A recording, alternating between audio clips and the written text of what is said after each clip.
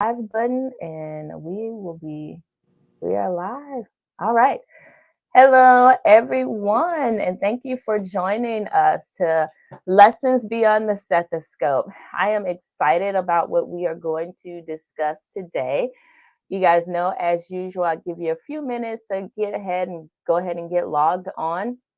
But I don't want to take too long because I don't want to use up too much of your time because this topic that we have today is one of those that not everyone wants to talk about, but it's one of those things that we actually need to talk about.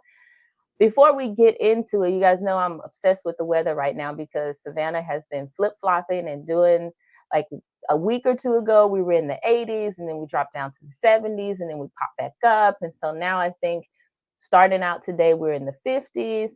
You guys, let me know what the weather is like on your side. Let me know where you are tuning in from so that way I can say hello because I can't always tell who's on here until you chime in. And I want to just say thank you for showing up and recognize you. But Dr. Johnson, how is the weather on your end? Because although you are in Savannah, I could be having 60-degree weather here and you could be having 80 degrees and sunshiny on your part of town. So how's the weather where you are? I actually haven't even been outside since this morning, but it was pretty chilly when I left for work this morning. So actually felt And like you winter, which is unusual for us. Right, exactly. And that's so funny because people are like, Chile, how cold did it get? We're like 50s, and they're like, For us, I it's get, right. And I get the blank stare, but I didn't really realize how much I've gotten accustomed to Savannah's weather, and I really enjoy it until a couple of weeks ago. We went up to the mountains and I was like, it's so cold. And we took everything because we knew it was gonna be cold. And we had our jackets and our mittens and all that stuff. And I was like, I'm ready for Savannah weather. I'm okay. yeah, yeah. Once you get used to it. Right. Once you get used to it. Okay, guys, well, we're gonna go ahead and get started because like I said, I want to go ahead and jump into it. This is Lessons Beyond the Stethoscope, and here we provide practical tips and tools that you can use in your everyday life because we understand that overall life affects your health. And this is Ep7, The Truth About Hospice, Debunking Myths and Misconceptions. Today we have joining us Dr. Julia Johnson. She is a board certified family medicine physician and a hospice and palliative care specialist. She did her residency in family medicine at UNC in Asheville, North Carolina, but she also did an additional board certification in hospice and palliative care medicine. She has over 10 years experience and has worked in various roles such as the chief medical officer at Hospice Savannah, and currently she is the inpatient palliative care physician at Memorial Hospital. So thank you so much, Dr. Johnson, for joining us on today. Thank you for having me. Well, this is the thing. I met Dr. Johnson as a medical student. And they give you, sometimes they assign you rotations. And I think they specifically assign hospice because they know most students will not do it themselves. Because when I thought about hospice, I thought just like everyone else, doom and gloom, death and dying. And I think they even did it around the holiday. So I had it for like December. And I was like, I'm going to be depressed for the month of December. Like this is a great way to spend my holiday. Like I was really not looking forward to it. But I go in with an open mind and I say, okay. And I see Dr. Johnson and the rest of the team in action, which really changed my perspective on it because she, along with the rest of the staff, the nurses, the social workers, everyone was intimately involved in the patient's care. They wanted to make sure that the patient was okay. Are they comfortable? Are we respecting their wishes? All of those things to make sure that they get better. And this was like a higher level of care than I had seen before. I've seen patient care and teams and all of that, but this seemed like next level to me. And once I got to experience that, I was like, man, this is something that I really want to get to know more of and want to experience more. So after I completed residency, I came back to Savannah. I reached out to Dr. Johnson. I said, you know what? I really want to learn more about hospice and I really want to become more comfortable having these discussions with patients. And thankfully, she said, sure, come on, join us. And, allowed me to treat patients and learn more about the practice of hospice medicine because although I do family medicine, I see these patients, and a lot of times I'm the one who has to refer these patients for the services. So before they get to the hospice team, I want to prepare them. This is what to expect. This is what to think about. This is the reason why I'm referring you, things of that nature. And so now that I have that information, I feel a lot more comfortable having that discussion because one of the things that I realized is that patients are not looking forward to having these conversations. And the reason is because there's a lot of mistrust because of misinformation. I talk to them about it. It's like, oh, I'm going to die immediately and they're not going to treat me for certain things. And all of these different things, they don't understand that there are benefits and that there are certain treatments that you can still get while you're on it. So, as we deep dive into this today, I know it is probably not something that you may be excited to hear, but I want to say, let's think about the topic and the goal that we had for last week, which was intention. And it is just keeping an intention. And so the intention that I ask for you to have as we go through this today is to just keep an open mind, to just listen to it and hear us out. That way you can get the information and then you can pass it along to someone else and say, I heard them talk about this. This is something that you may consider because we're going to talk about a lot of different things that we face on a daily basis because we know that people are asking those questions. So we want to go ahead and answer them. So let's just get into it, Dr. Johnson. You are specialized in hospice and palliative medicine. Are they the same? And if they're not, what are the differences between the two? And that's a great question, and one that is, it should be very easy to answer, but it really isn't. It requires a little bit of kind of digging in, which I'll do.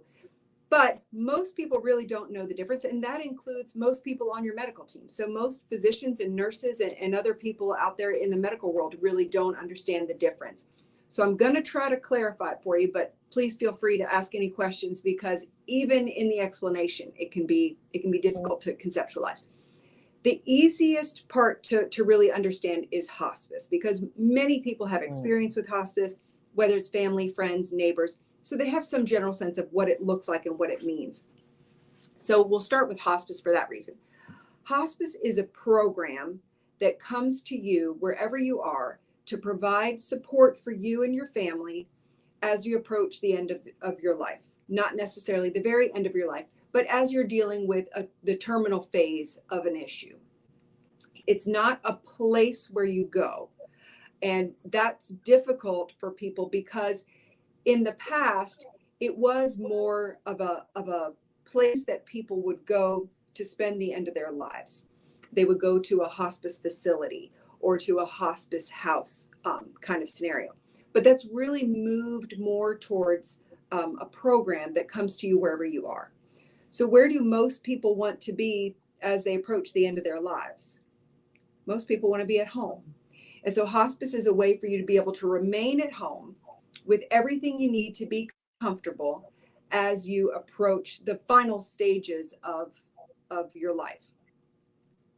So hospice comes to you with everything that you need. That might be equipment, that might be medication, that might be staff that comes in and out to address things that come up for you so that you can remain at home as long as you would like. And that's really what hospice is. So I think most people can conceptualize that because they have some experience with it. Palliative care is different. It's an additional service for patients who are dealing with potentially serious illness, not necessarily the terminal phase of an illness, but serious illness. So it's an additional layer of support. Many people, when I walk into the room here in the hospital and I say I'm a palliative care physician, say, well, what does that mean? And if we think about the word palliative, comes from to palliate, and to palliate means to relieve suffering. And so that's what palliative care does. It relieves suffering for patients who are dealing with serious illness, but it's in addition to their usual care. So we may be helping patients in the hospital. who are dealing with a new serious illness. They may have just been diagnosed with cancer or heart disease or lung disease or kidney disease.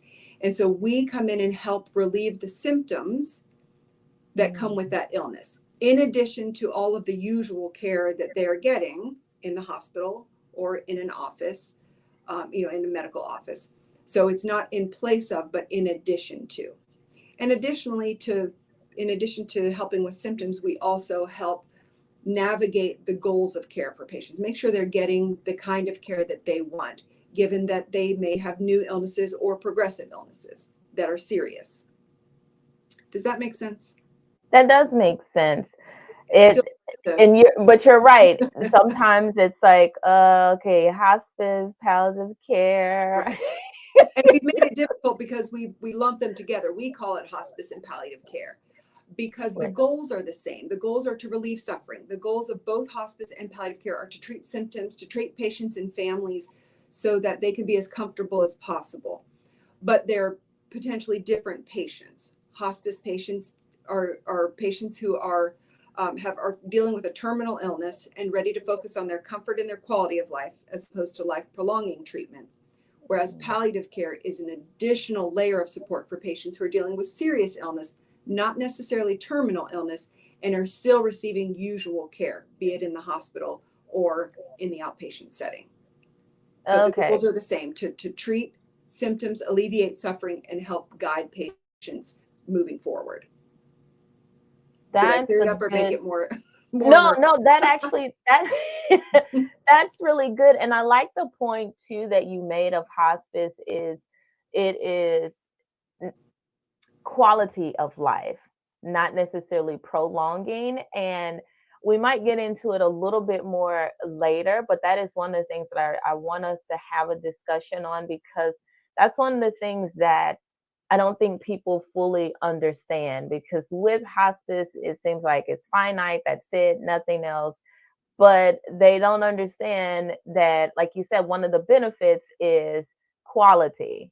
And what does that look like and the comfort? So we're probably going to circle back around to it Good. with hospice because I want to get too deep in hospice and palliative care. I just knew that they were kind of together, but not really. Right. We're going to really focus on the hospice side of things. So, with hospice, who exactly qualifies? Are there certain types of conditions, things of that nature that says you are hospice appropriate? Right. And so there are really only two things that are required in order to qualify for hospice services. The first is that your prognosis is thought to be 6 months or less. Now, that can be very difficult to determine, Mhm. and every person is different, and how they progress in an illness is also very different and very individual.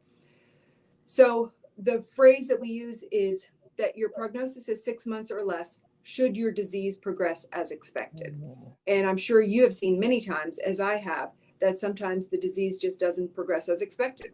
It may be much faster, it may be much slower. But the idea is if we look at this person and what's going on with them medically, and we say, I think this person has a high chance of having a prognosis of 6 months or less. Second is when someone is really ready to focus on their comfort and their quality of life as opposed to life prolongation. So they're ready to say, I want to be comfortable. I want the goal to be to alleviate suffering and to be comfortable. And my goal is not necessarily to live as long as possible, if that makes sense. So you're ready for your goals to be more comfort directed, and your prognosis in general is expected to be 6 months or less. Okay, And that's really that all that's required in order to be appropriate for hospice services. so hospice doesn't necessarily mean that it is immediate death and Right. imminent death and it's happening within a few hours or a few days. Absolutely. And I think that is where the fear comes from with Mhm. people. They hear the word hospice and they think, well, then I must have hours to days.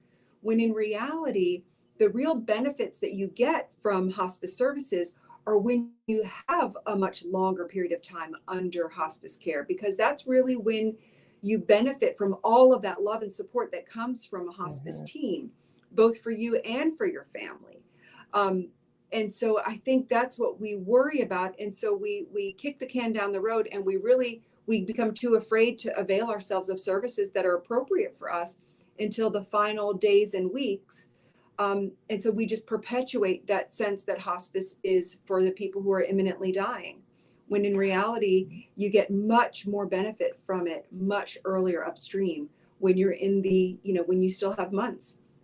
And so the patients that I imagine, that I go back to and remember as getting the most benefit from hospice, are those patients that are living their lives, and they are enjoying their lives, and they're going to restaurants, and they're driving their car, and they're spending time with family, and they're still traveling.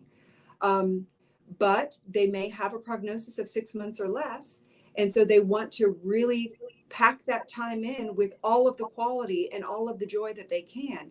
And the absolute best way to do that is to have hospice there supporting you along the way, because it comes with a lot of support for you and your family. But you really have to be ready to say, I'm ready to focus on my comfort, on my quality of life. I'm not interested in being poked and prodded and spending a lot of time in the hospital or with painful procedures. I just want to spend time with my family, with the people I love, doing the things that I enjoy. That's really good. And I like that you really talked about that, because most people don't think about hospice are people who are out and about and doing the things and still enjoying and having a certain level of quality of life. I think one of the reasons, like you said too, one of the reasons why people kind of back away from it in fear, because of their experience. And I've seen this happen time and time and time again. Someone is referred, but it's usually in an emergent situation. They are referred for hospice services, and we know that they only have hours or a couple of days. And so people say, yep, my so and so was on hospice and they died in a couple of days. And so they have this issue with hospice, and it's like, why would I sign up for that? Why would I do that? Because they're just gonna we're just signing up to die, unfortunately, like immediate death. So I appreciate you saying that you have plenty of people who take advantage of the services, and they're out and they are doing things and enjoying their families. Absolutely. And I think you receive benefit from hospice services wherever you are along the trajectory. And Right. even if you're only able to, for whatever reason, get to a place of being ready to accept hospice. And it may be just because your disease progresses very quickly. And so it's really not recognized as being at that stage until the very, but it also may be fear or just very different goals, that your goals really are for life prolonging treatment. But for whatever reason, wherever you are, when you come to a place of being ready for hospice, you get wonderful benefit from it. So even if it's just hours to days, you'll still receive a lot of benefit, as will your family. But the heart, the work that we do under hospice really can give you so much more if you have more time with hospice services, because there's so much that comes with it. But wherever you are along the trajectory that you come to a place of being ready for it, you and your family will receive wonderful, wonderful benefit. Oh And yeah, be, absolutely. it may just be the equipment and the things that come with it, but it's also the support of the staff. And it should not go unsaid that after a loved one dies under hospice services, there's a real rallying around the people who survive, and the importance of bereavement work and support groups and those things that come with being under hospice care, that really help families far beyond the passing of a loved one. Yeah. And we're going to talk more about benefits and do some more, get a little bit more details about that. But once a person kind of we figured out they qualify, who can refer them? I've had some, I know that like you can have primary care or specialists and things of that nature, but I've had some people say, I think they've really come to terms with whatever is going on. And I've had some people either themselves say, I think I should do hospice. You think I'm appropriate? Or I've had them had family members, and we've had some family members to come in and say, I've noticed this and I've heard about hospice. Are they appropriate? Can they do that? So how do you get referred for hospice care? You're exactly right. Absolutely anybody can place a referral for hospice, an initial, initiate the services. And like you have had many patients that have just, walked in and said, what, give me more information. I feel like I'm ready to start thinking about this, and they'll refer themselves, and certainly referring family members. So anyone can start the referral process. but you do have to have a physician who makes that determination about the prognosis. So that's ultimately a referral comes from the physician to the hospice agency, and it depends on what the issue is. Oftentimes, if a patient has advanced cancer, it might be the oncologist that initiates the the official referral. If it's end stage heart disease, it might be the cardiologist. If it's end stage emphysema, it might be the pulmonologist. But many times, it's the primary care physician who recognizes that that they have a patient who has had progressive dementia, who is now bedbound and not able to speak and not able to get in enough calories and is losing weight and developing wounds, not able to come into the office. And so that patient's daughter may come in and talk to Dr. Booth and say, this is the situation. And so it may be Dr. Booth then that sends the referral. It really does depend, but anyone can initiate the process. And then typically a physician that knows the patient and has a good sense of what their prognosis is will send the official referral to the hospice agency. Okay. And then with that, when someone says, I'm going to consider it, but I have a couple more questions. And one of them is, can I still be treated for certain things? For instance, we have our chronic diseases like high blood pressure, diabetes, things of that nature. But we have the acute things. If I came down and I had a cold or I have a UTI, can I still get treatment for that? Or does that mean that everything stops when I'm on hospice and you just keep me comfortable? How does that work? Right. And that's a great question, a very common concern, understandable concern for patients and families. And the answer is really not so black and white because every patient is different. And it depends very much on where you are in your life's trajectory. Because absolutely, there are many patients who should continue on their usual blood pressure medicines, diabetes medicines, eye drops for their glaucoma, thyroid medicines. All of that should remain the same for many patients, even though they're focusing on their comfort as it relates to a terminal diagnosis. But potentially further down the road, if you are in the final days or weeks, then that may change and you may not need as much in the way of your routine medications because they may not be of benefit to you, or you may not be able to take the medications anymore. Or you may be becoming, a little more unstable in terms of your blood pressure and your blood sugar. So it's not as black and white, but typically earlier in the course, much of your routine care should stay the same. But as you approach the very end of your life, that may change. So every patient is different depending on sort of where they are and what their needs are.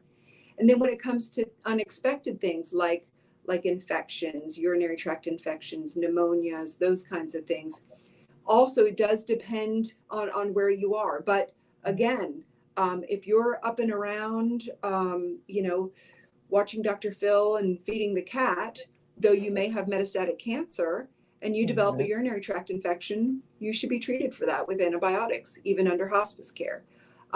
Whereas if you're truly at the very end of your life in the final days, that may be different. So it's not as black and white. It really depends on who you are and where you are. That you speaking about that actually brought up something else that I want to see if you can give us a little bit of information on. And you said at the end, there's certain things that you may not be able to take anymore, and that's medications. But what I've noticed is that towards the end, families want to love on you and they want to show you, they want to quote unquote treat you. Their way of treatment, sometimes they express it, their love with food. And they say, oh, let's give them something to eat. If they get some more to eat, maybe they'll have more energy, they'll feel better, that sort of thing. Can you touch on a little bit about, especially once you get towards the end, how that actually is not the best thing to do and why? And I'll tell you, you hit it right on the head, because I find the hardest thing for families is down to nutrition related issues, because again, that is how we show our love. When you're sick, what do you want? You want someone to bring you chicken noodle soup. When your neighbor is sick, you bring them a lasagna. We show our love with food. But you're exactly right. As you approach the very end of your life, typically, and it does depend, everybody's not the same, but for many patients, their bodies are letting go. They're not building up. They're not getting stronger. Their bodies are in the process of letting go. And part of that also means that they don't need the nutrition that you or I need today. And so we have to allow the body to do what it's going to do. And it really can't utilize the nutrients and the volume the way that it could before. And so it requires a lot of education with families to make sure that they can see it the way we see it, because we don't want to do harm. And at the very end of life, because the body's letting go, not building up, doesn't need the nutrition the way it did before, if we sort of force it in, then it can end up really causing some symptoms and suffering to patients who are approaching the end of their life. And we really want to avoid that, because that's our goal, is to keep patients comfortable. And the last thing we want to do is to make them uncomfortable by providing something that their body can't utilize at that stage. But I don't mean to imply that it's not a very difficult emotional thing, because it is. Yeah. Yeah, you're so right there. Because I remember when I'm sick, it's the chicken noodle soup and it's a ginger ale. That, Yep. I mean, you have to have that combination. And so Yeah. if someone doesn't do that, and that's just kind of like my family's thing, is chicken noodle soup and a Right. ginger ale. And so if they can't do that, it's like, but this is what we do. Right. So I can understand how that can be a sensitive and tough conversation. The other thing I was thinking about is, when you come to hospice, you like, some people, I have some patients that just say, I will not go and see anyone else. And I was like, well, I need you to, because there's only so many things I can do. So you have some patients who are on and they decided to go with hospice, but they may still want to see their other providers, such as their primary care doctor. Are they still able to do that? Yes, that's a great question. And that is a barrier to hospice, because people, again, get very close with their primary physicians. They know them very well, and they want to make sure and maintain that relationship. And part of the goal of hospice is for patients to continue their relationship with the teams that have been important to them along the way, Mhm. whether it's their primary care physician, whether it's their oncologist, whether it's their cardiologist. And so they do typically encourage them to maintain that relationship, because hospice is now somewhat responsible for the patient's care as it relates to those things that are contributing to their prognosis. That it requires some communication between the hospice and the physician that the patient would like to continue seeing, because there may be some limitations to what kind of blood work or medications should be ordered or used, because it does depend on if it's appropriate for them at that stage of the game.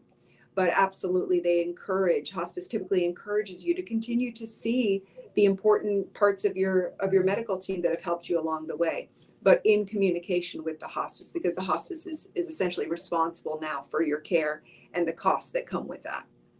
God, that makes a lot of sense, and I will say I've had the privilege to be able to work alongside with the hospice doctors, and I think it is a good idea to keep in contact, like for that patient to have their relationship with their primary, because if they have questions, I had one patient that says, "Oh, I don't know about this," and then I even had the hospice nurse to reach out to me and they said, "Well, we're trying to do this because we know that this will make them more comfortable, but they're really hesitant.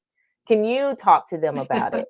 And I was like, sure. And then once I explained it to them, they're like, oh, okay, so that's why they're doing it. And I said, yeah. And then, but it really does help to have that full communication, because they're more willing to kind of accept what's going on in the treatment, and to really get the benefits out of it, I Right. believe. And you've known them. Typically, I'm sure many of your patients you've Mhm. known for some time. And so they trust you, and you have good insight into what's important to them. And the hospice does as well. But this is oftentimes new and very different for Mhm. patients. And so for them to be able to turn to someone that they trust for guidance is still very important, no matter where you are in your life's trajectory. Right. So we talked about that benefit of a patient keeping that relationship with both the hospice and their primary care. But what are some other just benefits in general with the hospice? What do patients kind of gain from that experience? Mhm. Really, it's a lot. It's a lot that comes with hospice. Once a patient is enrolled under hospice, typically there's a lot of the tangible stuff that can be very helpful. So hospice may provide, and again, it depends very much on the individual and what they need. But very often, as patients may become weaker, may have more physical needs, typically the hospice will provide the equipment that they need in the home. So that may be a hospital bed, that may be a potty chair, a walker, a wheelchair, oxygen, all the things that come with that particular person and their particular needs. And so the hospice is responsible for all of that. And so they will bring to the home all of the equipment that the patient needs. They also will provide what the patient might need in terms of spiritual support from a chaplain, social work support from a social worker, and then the medical needs that they have, which is typically managed by an RN or an LPN who comes into the home periodically. It might be, and again, it depends on the individual, but it might be once a week, it might be twice a week, it might be more, depending on what they need, and assessing for any of the needs they might have to ensure that the patient is as comfortable as possible. And that nurse is in communication with either a physician or a nurse practitioner to help make sure that all of their needs are met, both their medical needs, their spiritual, psychosocial, emotional needs, as well as their physical needs. So all of that comes to you in your home, or if you happen to be in an assisted living or a nursing home facility, wherever you are, they come to you and they provide all of those services.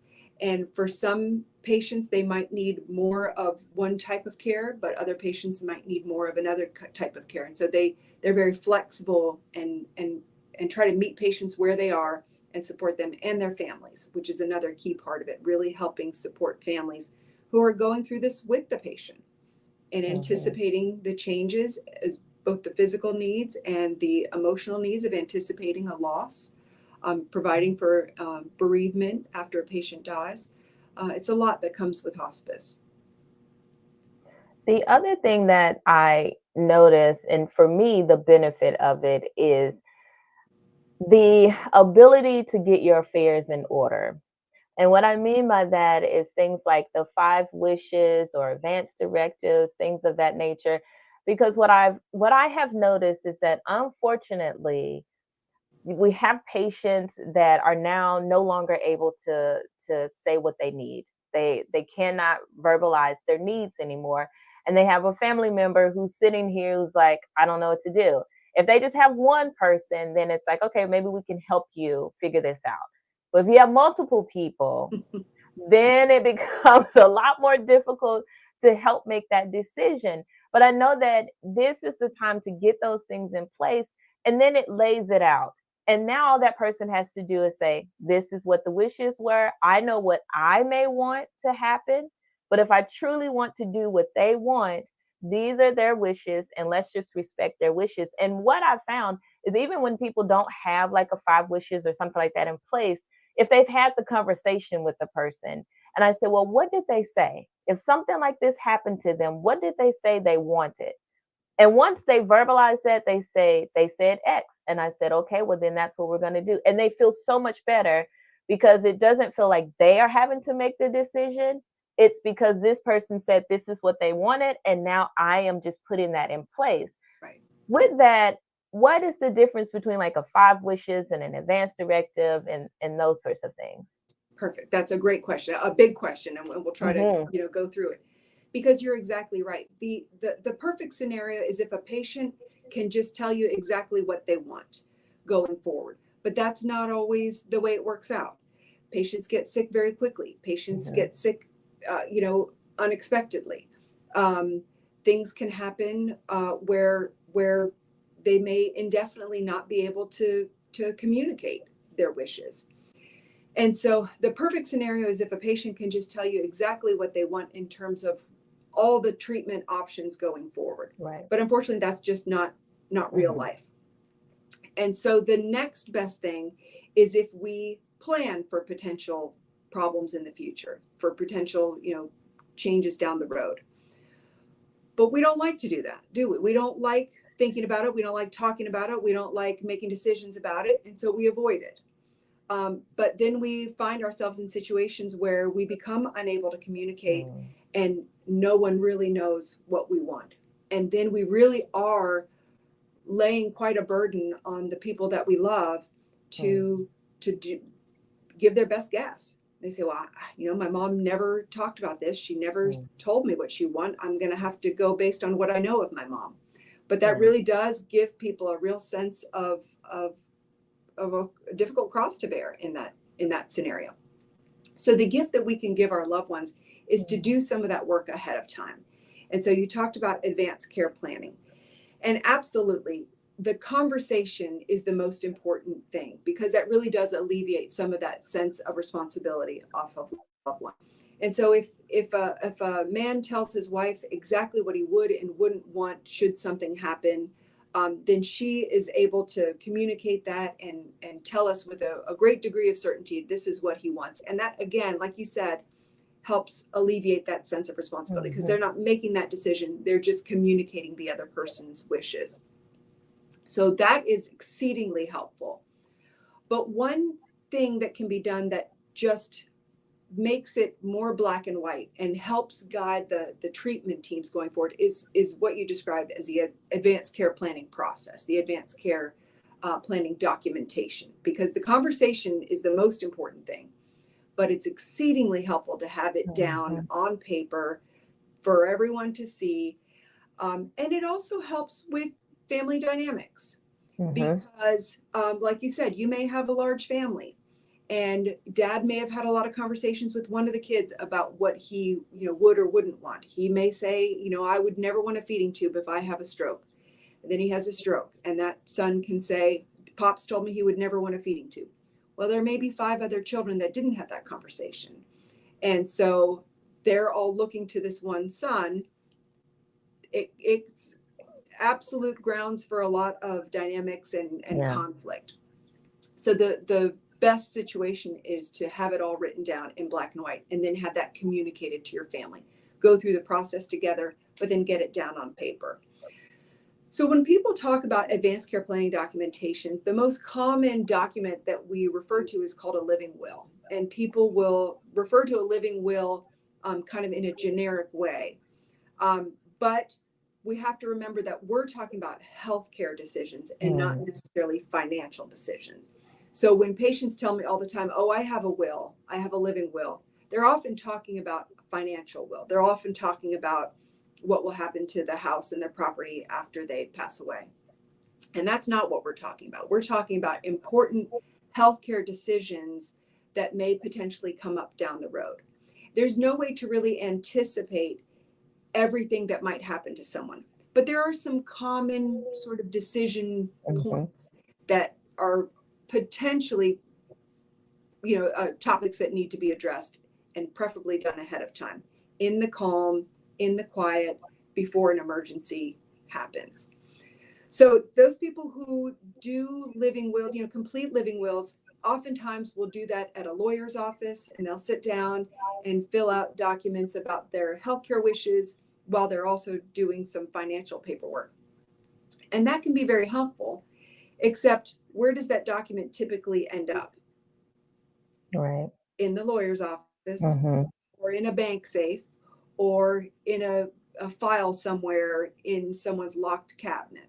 And so when it comes down to needing to access that information and really have a sense of what that person has already talked about and decided, it's often not accessible.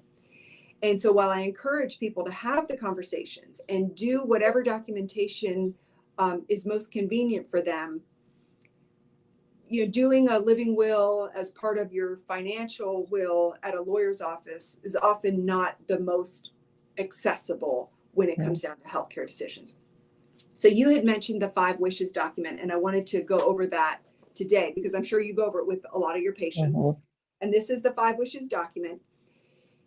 It is essentially a way to clarify potential issues that come up in healthcare at different times. And it's a way to anticipate those and make some decisions about them and document them as you discuss them with your families. So it goes through five wishes that are very common. I don't know if you can see this here, but the first wish is identifying the person that I want to make decisions for me when I can't. So essentially clarifying and deciding on a surrogate decision maker, which makes it very easy among large families. Because if you have, if you're widowed and you have 6 children, having 6 children decide together about your healthcare decisions when you become unable to make those decisions gets very complicated and very messy. So best to identify one person. That might be one of your 4 children. That might be your aunt. That might be your neighbor. That might be your best friend. Just designating that one person you feel like knows you best and is best able to carry out your wishes if needed. So that's the first wish. The second is the kind of medical treatment I want or don't want. And again, we can't always know what decisions will need to be made, but this covers the most common ones. Things like if I get into a situation where my heart and lungs stop, would I want CPR? Would I want to be shocked? Would I want to be put on a ventilator? If I get to a situation where I'm not able to eat on my own, would I want a feeding tube or would I not? Would I want long-term IV antibiotics or IV hydration or would I not? So those are the things that help guide families if a person's no longer able to make those decisions. Things to think about and really sit with and talk to families about as you complete the document. The third wish is how comfortable I want to be, how important it is to be comfortable. The fourth is how I want people to treat me. And so you can really be very clear about the things that are important to you as people, if you're not able to control the way you're treated. And the last is what I want my loved ones to know about me. And so you can complete as much of this document or as little of this document. But the thing that I really appreciate about this document is that it's written in layman's terms. It's not a lot of legalese sitting in a lawyer's office. It's very easy to understand. It's a great guide for families because as you complete it, it prompts a lot of discussions. Dad, why did you say you wouldn't want a feeding tube? Well, you remember when Aunt Margaret had a feeding tube and, you know, she felt this way or that way or whatever it is. It prompts you to have those discussions. The other reason why I like this document, it doesn't have to be done by a lawyer. It doesn't have to be notarized. It just has to be witnessed by 2 witnesses. That can be your neighbors that you have come over and say, hey, please watch me sign this and say that you saw me sign it, and they'll sign it as well. It can't be the person you're designating as your surrogate decision maker. It can't be part of your healthcare team, but it can be 2 people walking down the street that can come in and just watch you sign it. And then going forward, that's a legal document that helps your treatment teams know what's important to you. And the idea is to make sure that you're treated the way that you want to be treated and that we don't do things to you that you don't want. Just because sometimes the medical train will keep going down the tracks and will keep doing and doing and doing to people. And if we don't know what you want in terms of treatment, the default is just to keep doing. And many people want to set limits to that. And this is the best way to do it. So I think the 5 wishes is something that I really encourage everybody out there to complete or at least have a look at to help guide that conversation. I have one, my husband has one, and I do it with patients every day here at the hospital. Thank you for sharing that because I think one of the things that becomes overwhelming is 1, having to think about doing it. But then 2, if I have to do it, does it have to be complicated? Because I know myself, I'm not signing up for complications. Okay. That's just not, especially if I already don't want to do it. And now it's complicated. I'm like, I need a nap. And then after the nap, I'm like, I still don't want to do it. So I appreciate you walking through it and saying this can be simple. And we don't have to do lawyers because people are like, okay, now I have to find a lawyer. Right. And we don't have to get a notary because, oh, now I have to go to Kinko's or whoever to get this notarized.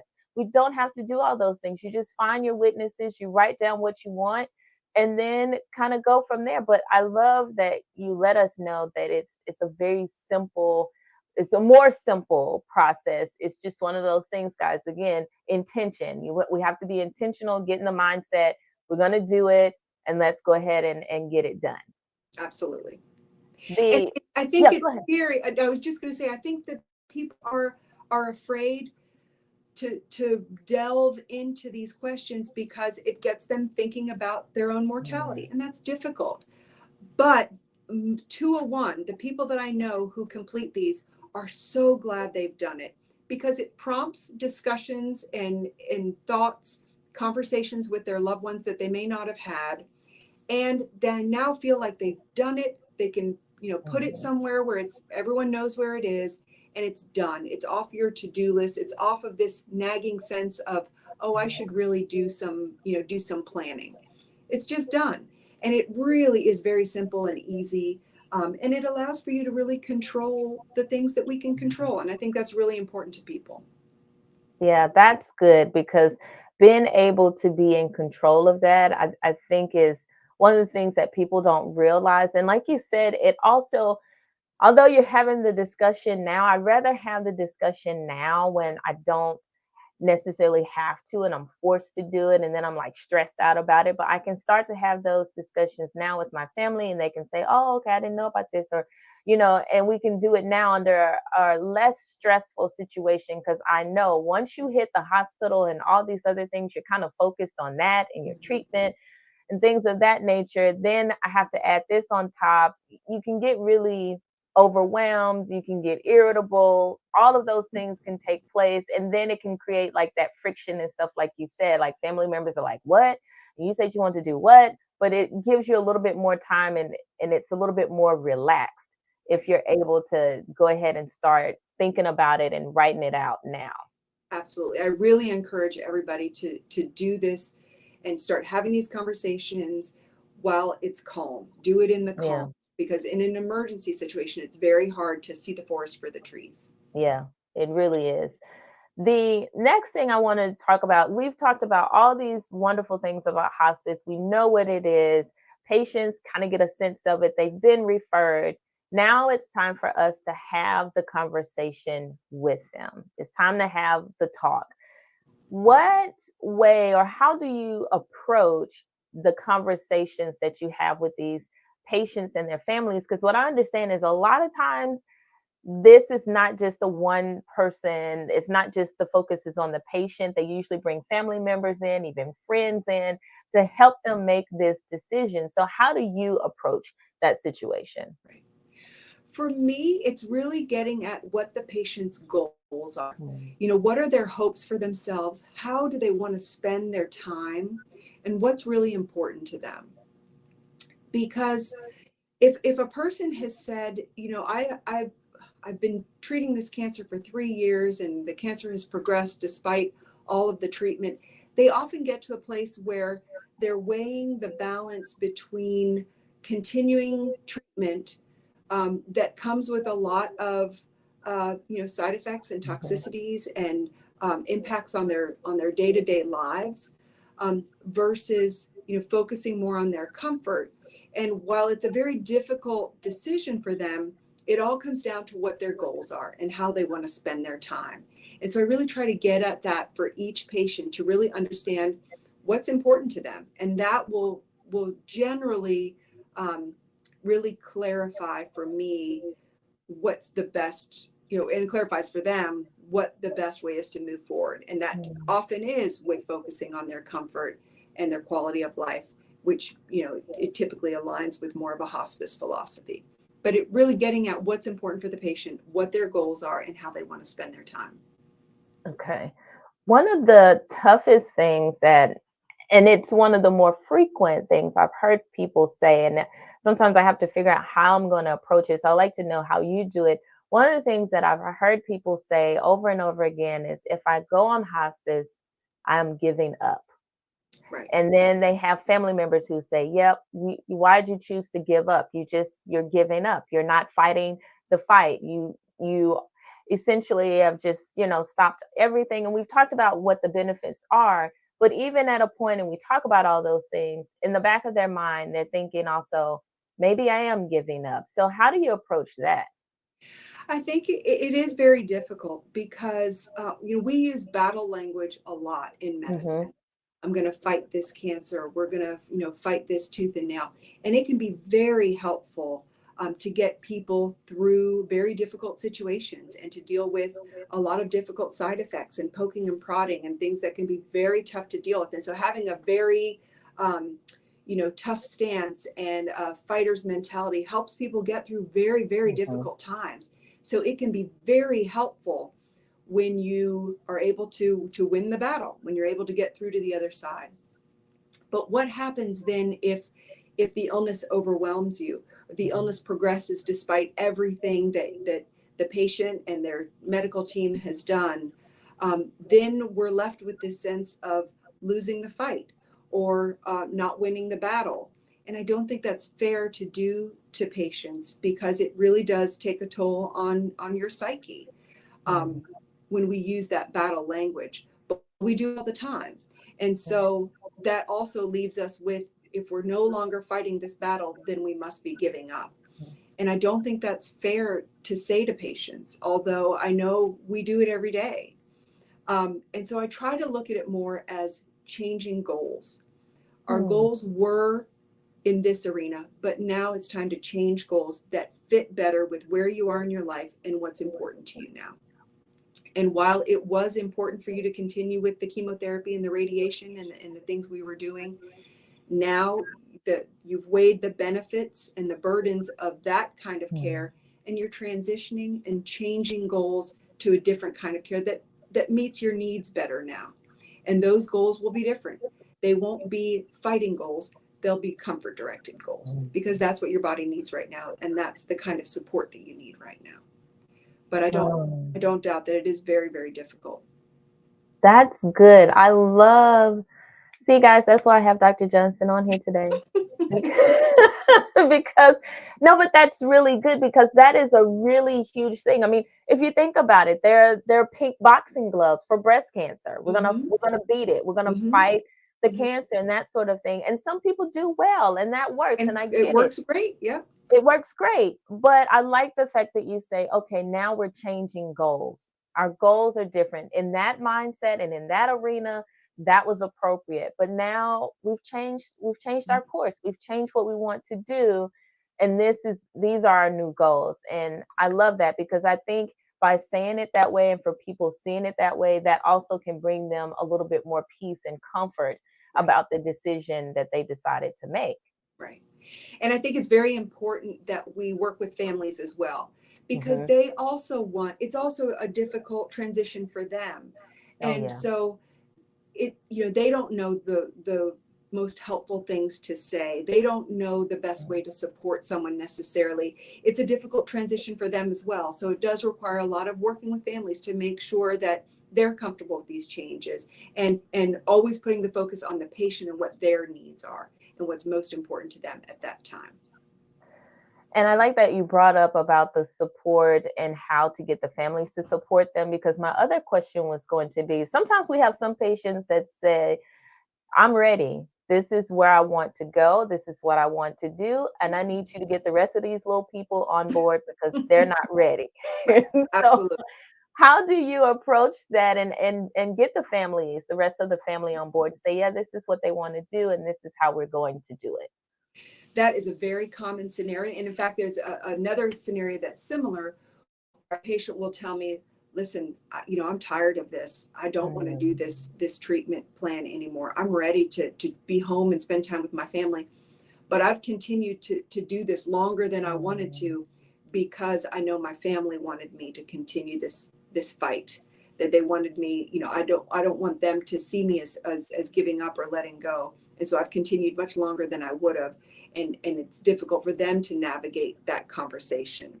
Other times it's exactly like you said, where they say, listen, everybody, get on board, because we got to find a way to change things, because I don't want to do this anymore. And so it's a matter of sitting down with everybody and, again, putting the focus on the patient. Oftentimes families have a difficult time getting to a place of recognizing it's time to change goals, because they're not ready. And so they are anticipating the loss of their loved one. They're anticipating, they're grieving in advance. We call it anticipatory grief. They know that the end may be coming, and they are not ready. And so they just kind of can't make that transition yet.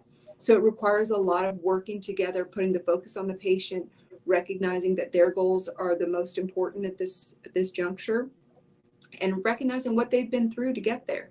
Because we ask a lot of patients, and they put up with a lot of suffering to try to deal with serious illness. And we really have to honor that and respect that they know what's right for them when it's time. Yeah. And so it's working with families to get there, and they usually do. It's just a matter of it's a process for everybody. Mhm. And as a on the primary care side, I've had some patients that say this cancer or whatever situation I have seems pretty aggressive, but there are some treatments that they can consider, and I'm thinking about doing it. And I always tell them, listen, at any moment you can stop. And I will have them and their family members there in the room with me. And I was like, who do you want to sit with you to help support you in this? But I want to let you know at any moment that you don't want to continue this, because I understand this can be a tough road. And if at any moment you want to stop, you are free and you are able to do that. And that it feels like it gives them a lot of peace, because it's like what you said. Then they say, okay, I don't have to do this for everybody else. If I want to continue it, I'll do it. But if I don't, I do have the right to stop and consider other options. So Exactly. you approaching it that same way is saying, okay, let's figure out, let me help you understand this is why they made that decision. And this is the reason why they're going to go that way. And this is how we're going to support everybody in that decision. Exactly. The the other thing I was thinking about, we've talked about hospice and all the things, but then there are some people who actually graduate from hospice. And I don't think people know that. There are some people who are able to come off. So how does that work? Right. So you're exactly right. We had said that the two things that are needed in order to qualify for Mhm. hospice services are that one, your prognosis is less than 6 months if your disease progresses as expected, and two, you're ready to focus more on your quality of life and your comfort as opposed to prolonging your life. Well, sometimes your disease doesn't progress as expected.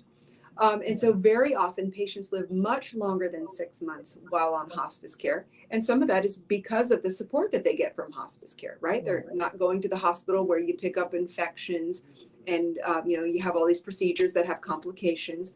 You're at home with your loved ones, your quality of life is much better.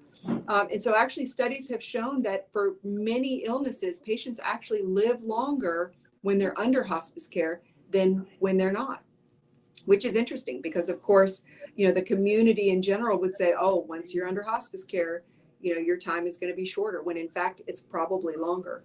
And so, factoring that in, there are many patients that live much longer than the 6 months. So what happens if you're under hospice care and you live longer than 6 months? It depends on really what's happening. You just may be on a longer, slower, more gradual decline, in which case it's probably still appropriate to continue hospice services. And you and I both know we've had patients who have been under hospice care for several years or longer. And for many of them, they're still very appropriate for hospice because they Mhm. still meet those two criteria. But for whatever reason, their disease is progressing slower and more gradually. But there are other patients who have an unexpected improvement, or their decline is so much slower than expected that a physician would have to say, I think this person's probably going to live much longer than 6 months.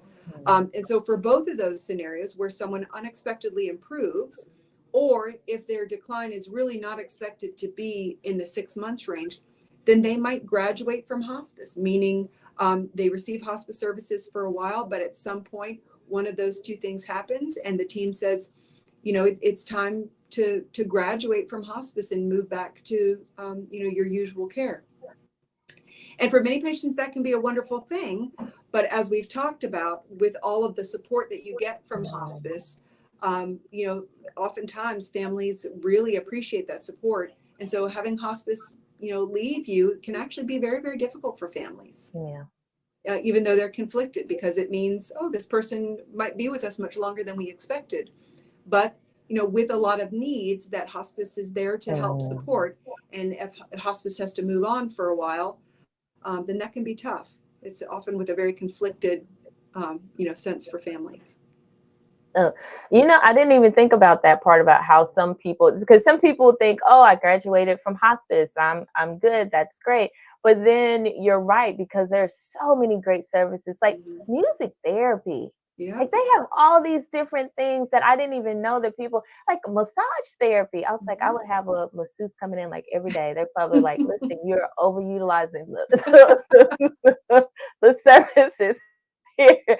But there's so many beautiful things that you have access to. So I can see how it can be difficult. And like I said, you guys are so intimately involved with the patients and their care that you get involved with the patient, their families. And so having to disconnect for a little bit can also be a challenge. So I can see Right. how that is a challenge for patients if they are no longer fitting the criteria and no longer appropriate.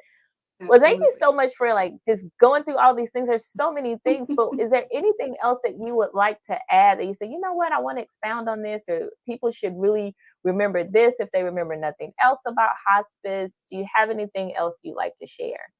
You know, I think we are just as a culture, we really shy away from talking about end of life in general. We really shy away from talking about death and dying. Um, and hospice is about so much more than death and dying. It's about living. It's about how to live every minute, every day as fully as possible. And hospice is there to support that. Um, but I hope that people walk away from this with a little bit less fear about it, with a little bit more of an understanding of how it can be exceedingly helpful and important for patients and families as they're dealing with a difficult time. Because there's no question, when you have a serious illness, when you have a terminal illness, it comes with a lot of emotional, social, physical, issues that can really be well supported by hospice. So I hope that that's something that people get from this. Wonderful. Well, thank you so much again for your time and for talking to us about all the different reasons why someone would qualify and what they can receive and all the different benefits. I feel like we need a part two because as I was talking to you, I was like, oh, well, what about this? And then, oh, and I was like, if I keep doing that, then we'll be here for like 2 hours or something. and I'm and I've done hospice and I've helped take care of patients, You with have. hospice. But having this conversation, I'm thinking about, oh, I had this patient that had this question, and then what Right. about this? Because but I at least wanted to get this information out there. So, guys, make sure that you share this with someone else because at the end of the day, all of us are going to come to face with this at one point or the other, either personally or you're going to have a friend that had to do it, whatever. And so, we want to make sure that people are as informed as possible so that they can make the right decisions. Um, and then we just want you to continue to tune in because we have a few more things that we're going to start covering. And I want to make sure that we're talking about the things that you guys are interested in. So we will see you soon and take care. Thank you so much.